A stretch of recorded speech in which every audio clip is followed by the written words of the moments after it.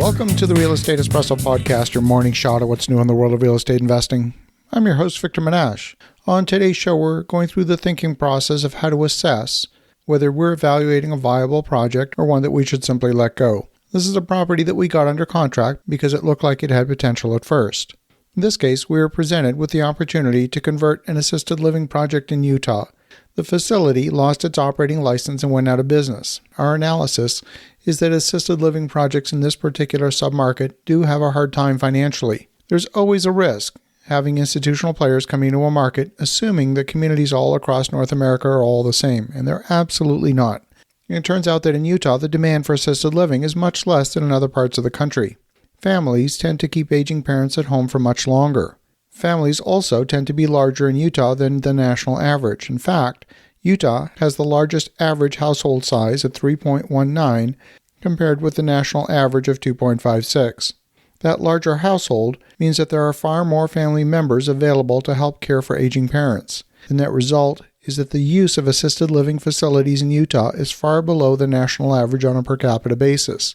People either don't enter assisted living at all, and if they do, they spend far less time in assisted living than elsewhere in the country. Based on our analysis, this particular facility would not be viable as an assisted living facility. Somehow, in the past, a market study demonstrated that it could be viable, but the fact that it already failed in the assisted living business in that location, we have absolutely no appetite to restart an assisted living facility in that location. At 62 beds, there's nothing special about this facility. It mirrors many of the worst elements of a typical big box facility. It feels institutional, like so many assisted living facilities that we've observed across the country. It has a centralized commercial kitchen, and the common areas are pretty basic. So the question remains, if it's not useful as an assisted living facility, what are the other potential uses for the building that could be economically viable? The individual suites could be repurposed as apartments, and an apartment conversion initially looked attractive on the surface. The units are a little on the small side, but could be suitable for the more affordable end of the spectrum. The kitchens in each unit are not full-size kitchens. They're half-size kitchens with a 10-inch sink, a microwave, and a 4 cubic foot fridge tucked underneath the counter.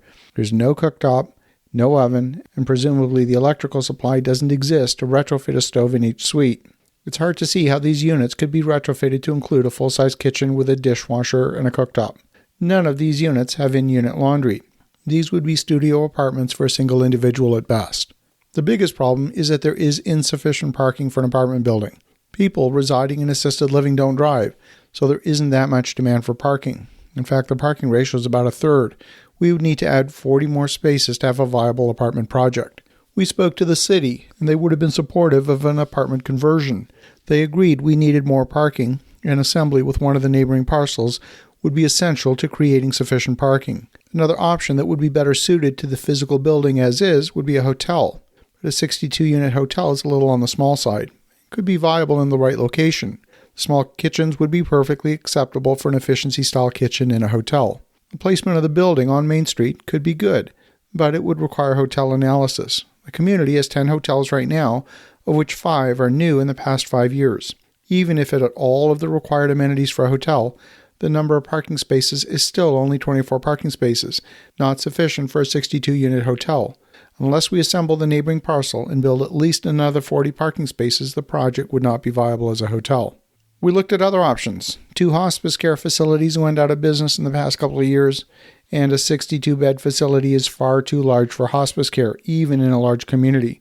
So the building is not useful for hospice. There's a nearby children's hospital where parents could need a place to stay while their children are getting treatment in hospital. But at 62 rooms, and with only parking for 24 cars, we felt that wasn't viable either. The property is too far from a university to be a viable candidate for student housing. If it was located near a campus, it could be ideal, but not in the current location. So in the end, we decided to pass on the opportunity. It was looking like it was going to be a forced fit to make the property work physically, and even if we undertook the effort to convert the building to meet the minimum criteria as either apartments or a hotel or student housing, it would still be a poor quality apartment building and a poor quality hotel, and none of that screamed that we should go forward. We get a regular flow of opportunities like this crossing our desk. Do we feel bad about spending the effort?